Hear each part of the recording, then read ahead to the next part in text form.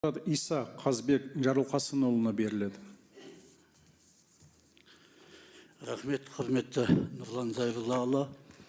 Ақжол фракциясының депутаттық сауалы республика премьер-министріне мемлекеттік тіл туралы. Қазақстан президенті болып сайланғанда ең бастысы қазақ тілі деп мәлімдеген Қасым-Жомарт Кемелұлы Тоқаев халыққа жасаған алғашқы жолдауында қазақ тілі ұлтаралық қатынас тіліне айналу керек деп атап көрсеткені ел үмітін оятты. Ал 2018 жылы елбасы мемлекеттік тілдің қолдану аясын кеңейту мақсатында парламент пен үкіметтің жұмысы тек мемлекеттік тілде жүргізілуі тиіс деп нақты тапсырма берді. Ал жаңа ғана біз үкімет мүшесі министр Әсет Ерғалиевтің мемлекеттік тілді аттап өтіп қай тілде сөйлегеніне куә болдық. Елбасы да, мемлекет басшысы да тапсырған мемлекеттік тілдің өз атына сай болу талабын кейінге қалдыруға болмайды.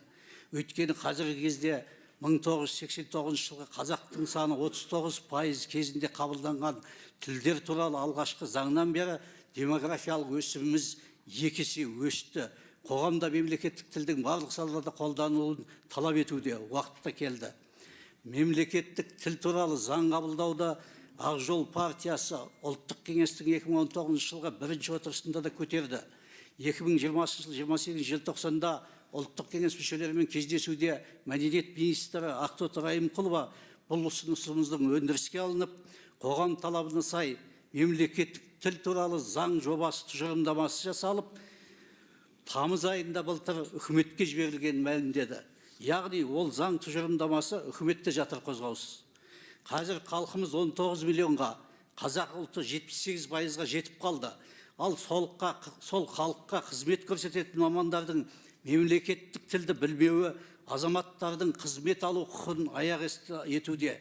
Тәуелсіз қазақ елін аңсап келген миллионнан астам қандастарымыз бен ауылдық миллиондаған қара көздеріміз жапа шегумен келеді. 30 жылдан бері әлі күнге мемлекеттік қызметшінің мемлекеттік тілді білуі туралы нақты талап жоқ. Мемлекеттік тілді білу талабы азаматты тілдік кемсіту емес.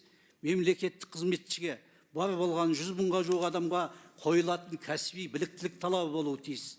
Сыртқы істер саласының мамандарынан шет тілін қалай талап етсе, немесе көлік жүргізушіден жүргізуші куәлігін қалай талап етсе, сонымен бірдей міндет бұл. 14 миллиондай 78% мемлекет негізін құраушы қазақ ұлты 100 мыңдай ғана жарты пайыз мемлекеттік қызметшіден қызметті не ақпаратты мемлекеттік тілде ала алмауы нағыз парадокс. Сонда жарты пайыз мемлекеттік қызметшілер 78% халыққа заңсыз үстемдік жасап келеді. Мемлекеттік тілдің мәртебесін жеке дара анықтайтын уақыт жетті.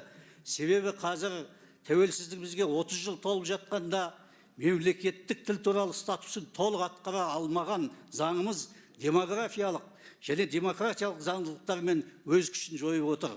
Суға түспей жүзуді үйрену қандай мүмкін болмаса, мемлекеттік тілді міндеттемей, оны үйрену де сондай мүмкін емес.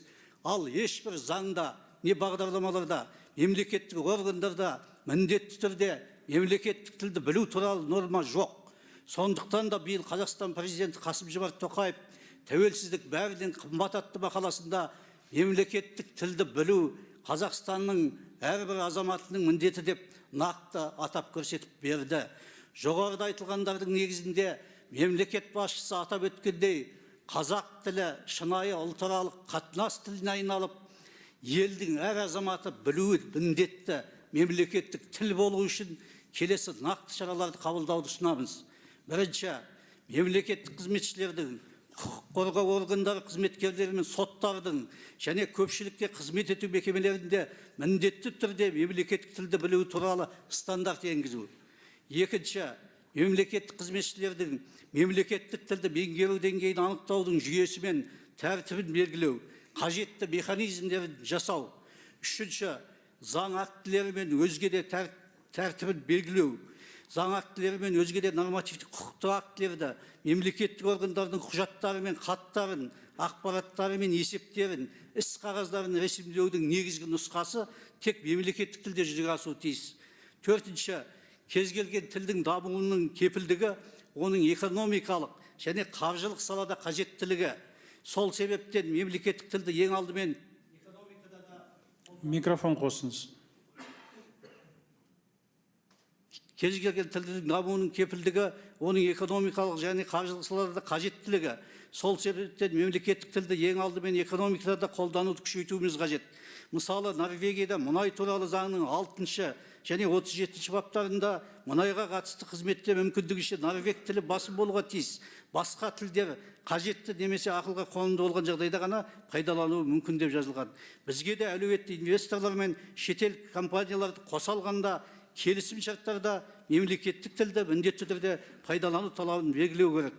Құрметпен Ақ жол партиясы фракциясы депутаттары. Рахмет.